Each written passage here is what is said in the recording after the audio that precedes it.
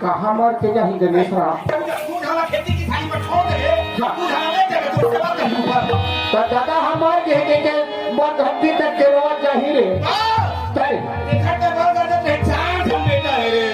ये हो गणेश राम कैसे घर ला ले के तो बेटा तू समझा नहीं गया गणेश राम अच्छा वही चार हम बेटा फिर पूछबे हाँ देखा बेटा हो तुम तुम्हारा मैं 10 एकड़ जमीन रखे हो राखे हो कोनो दिन कहूं मैं मर गया मैं मर गया तो मोला कई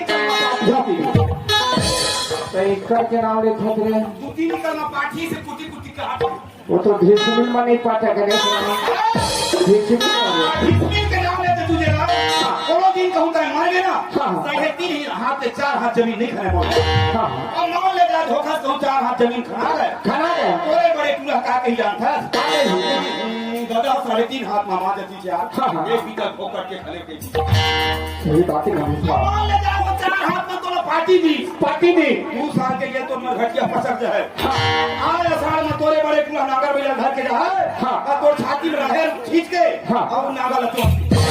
सही बात है गणेश राम दादा अपना घटिया तू पहला है तू है गणेश राम ते आज मोर आंखें खोल दे बोल भाई अच्छा काबर जान था मोर पर 10 एकड़ जमीन है 4 बेटे में एक घोर कभी नहीं कहते हैं बात रहे लेकिन सही बात है गणेश राम